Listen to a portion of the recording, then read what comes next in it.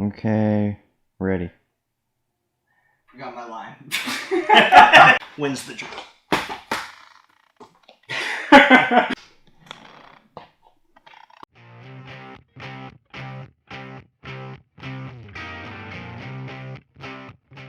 Hey grapplers, Coach Pickett here, talking about building a base and wrestling successfully from the bottom. It's important to have a plan when you're on bottom. Anybody who wants to win matches has to have a practice plan on how to move, how to score from the bottom. As a high school coach, I teach my kids how to build a base on the very first day of practice. And I don't just expect my kids to build a base, I expect them to build a base, have action, and score points from the bottom. That's what we're going to talk about today. When I teach bottom technique, I stress that you can't stay here. So we're just creating positions, but we're not going to be here for very long. You cannot stay on the bottom. So what I like to show my wrestlers is I like to say parallel forearms. You go parallel forearms and you're going to go your palms into the mat. So your elbows actually come off the mat. You're creating a little bit of back pressure.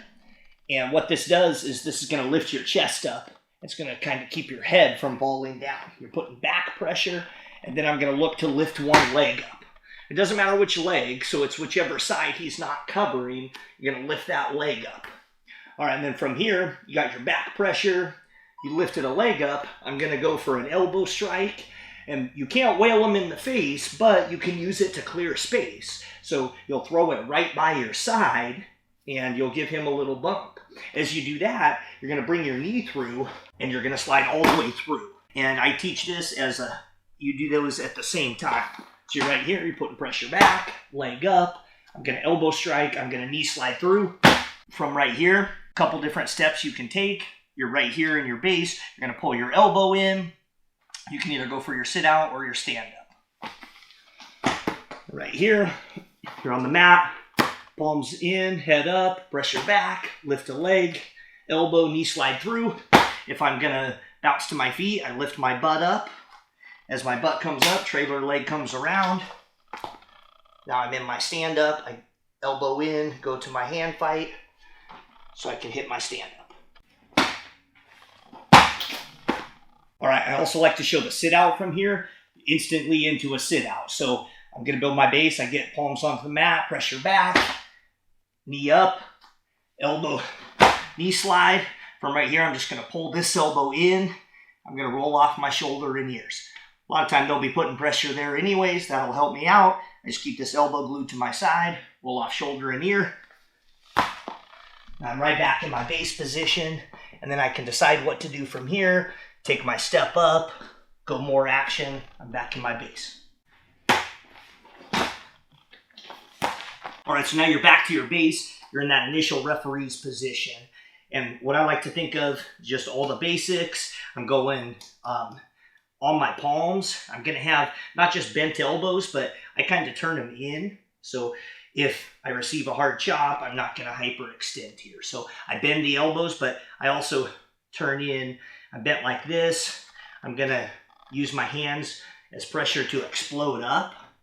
And I'm also going to have my back a little curled here. When I'm teaching wrestlers how to start in referee's position, I don't stress the toes. I'm a toe curl guy.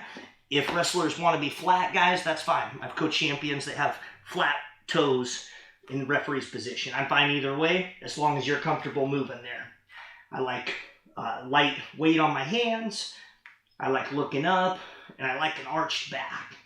This is going to help me with all my techniques. I'm always thinking stand up first, and then every other technique is going to come from my good stand up. So when I'm teaching wrestlers first to do this, right after building the base, I show them the clear space stand up. So from clearing space, whichever side, I'm going to elbow, I'm going to knee slide through, hit that same stand up. Now, again, I can't swing my elbow back, hit him in the face, so it has to be right against your side, and you're just giving them a little bump to clear space. So when I do this one, I lean this leg a little bit so there's space for my knee to slide through. I'm going to elbow back at the same time my knee slide through, and I'm going to use that pressure bounce off my butt, come right up into my stance. Referee's position. I'll also teach the elbow to clear space to a sit out. So just like when you're first building your base from being flat, I'm gonna elbow smash to create space, knee slide through, get ready for my sit out. So I'm right here, I'm gonna elbow smash, knee slide through, that creates a little bit of space. As long as my elbow's inside of my knee, I'm ready to roll off my shoulder and ear. And then from here, I can make a decision to back up or go from here, create more action. When I'm building plans for my seasons, I'll steal good technique from anybody. This one I gotta give credit to my boy, Bubba Jenkins. A couple years back, he trained with us for a while. He showed us a lot of great technique. This was one of our favorites that we incorporate now into our every year strategy. And this one, we call it the Bubba J. So from referee's position, we're gonna start here, just our normal referee's position. I'm gonna move my hand 6 to 8 inches over. I'm gonna take my outside hand, I'm gonna put it on my outside hip, and now I'm gonna do a sit-out breakdancing style move, land this hip on this hand. Now from right here, I'm gonna bounce off my hip, I'm gonna come back to referee's position. So from right here, referee's position, hands 6 to 8 inches over, outside hand, outside hip. That hip's gonna land on this hand. I bounce right off, come back to referee's position. After showing this technique, getting wrestlers to do it in lines, I'll have them do multiple Bubba J's in a row.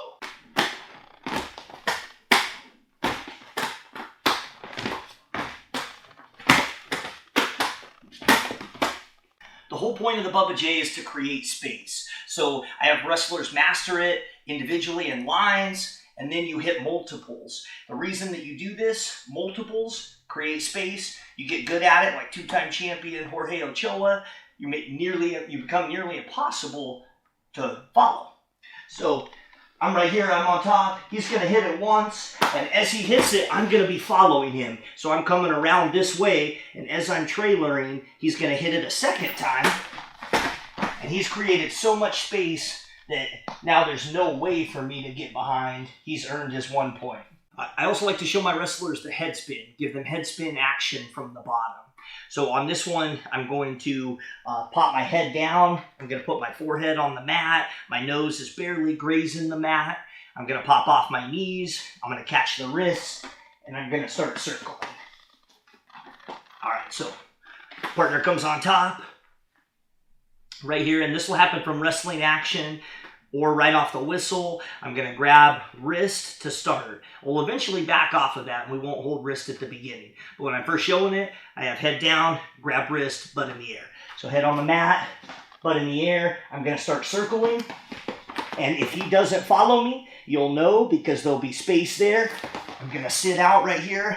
I keep his wrist, and I'm gonna pull up behind, keep pressure in. I'll sit up here with wrist behind the back. We'll go into a whole different series from there. Hit that head spin on an opponent. He's going to start to follow you. Once they follow you, you're going to go elbow into the nuts, catch the leg, end up in a Peterson. Same as before, right here. Now as I circle, he's following me, and I'll feel that. I'm going to sit, and I go elbow right between the crotch.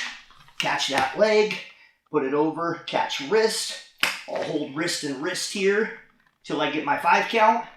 Once I get my 5 count, then I'll adjust for the pin. The way I do it, I grab elbow, and I'm gonna put my elbow, I grab his elbow, I'm gonna put my elbow up by his face, and I'll just look for that fall. I'll adjust wherever I need to, getting his weight there so I can get that fall.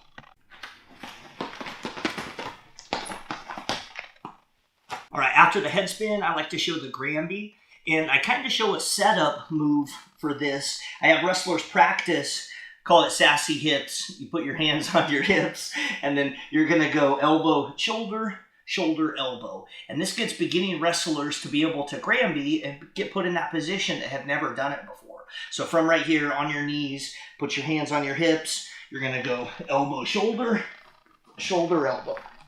You're going to come back to referee's position. And then I'll have wrestlers hit that multiple times. They'll practice elbow, shoulder, shoulder, elbow. Come back to referee's position. And that gets wrestlers comfortable with that type of motion. And then we'll pull that part away. When you're doing your real Granby, you're not going to go sassy hips. You're just going to throw that arm under, and then you'll roll shoulder to shoulder without thinking about it. Okay, so when I'm hitting Granby with the partner, the way I do it, I'll grab wrist, I'll go butt in the air, but I'll also take a little side step. So I'm going to go grab wrist, I'm going to hop out to the side, and now I'm going to launch underneath. So I'm going to grab wrist, and as I go, this hand is going to go under, and I'm going to go shoulder, shoulder, without thinking about it. Right here, pop up. If I can, I'm going to catch this wrist, and I'm going to come back behind. If he's on his feet here, I might grab butt, pull him down, come back behind, get that pressure in, pop up so you end up with his wrist across his back. After you hit enough Granbys on people, they will start to follow you. If they do, no big deal. Same thing as before, except you're going to end up in the Peterson. You're going to end up hooking his leg, finishing with the Peterson pin. So I'm right here, I pop up, he's going to follow me. As he follows, I'm going to catch that leg, catch wrist, land right here, same position as before. Okay, and all those previous techniques where I show grabbing the wrist, that's just for beginning learners. Eventually, we'll back that off, and you won't touch wrist until right when you're hitting the move. That way you don't telegraph what you're doing.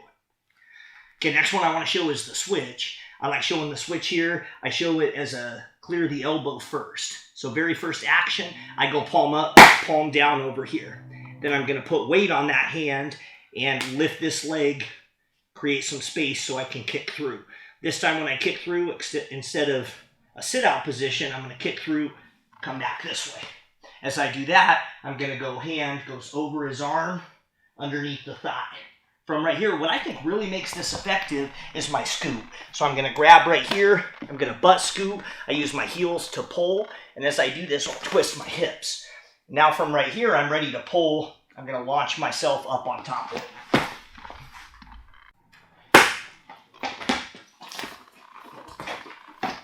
All right, so I like a lot of reps when I'm hitting this, so I'll teach wrestlers to do the switch re-switch. The way this will work, I'll hit a switch, or he'll let me come around to where I'm on top of him in referee's position, then he'll hit a switch. After we do that, then we'll go a little faster. You'll start hitting the switch before he's all the way back to referees. So it'll look like this.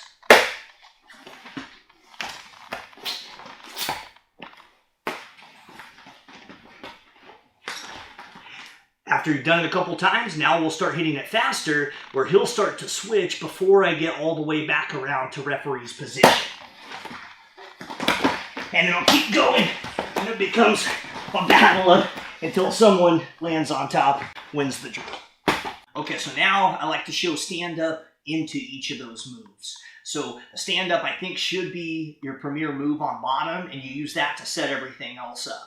So we've already created a video with stand-up. We'll go ahead and plug that down at the bottom. But right here, I'm going to hit a stand-up, and it's going to go to a switch. So I'm going to have my partner on top of me. We're in referee's position, and this works great. Guys that bump and chop, they're going to chop this arm. So I'm going to stand up, and as I do that, he's looking to break me back down. And so what I'm going to do, as I'm falling down here, I'm going to knee pivot, and instead of my knee hitting the mat, I'm going to try to land my butt right there. And what I do to create momentum for this is I'm going to punch the hand that he's chopping. So right here, right as we go down, I'm going to turn my hips, I'm going to punch. Now I'm right in this position, back over his arm, back underneath here. I'm going to look for my scoot, use my back of my heels, my hand to scoot, turn my hips, now pull myself back up on top.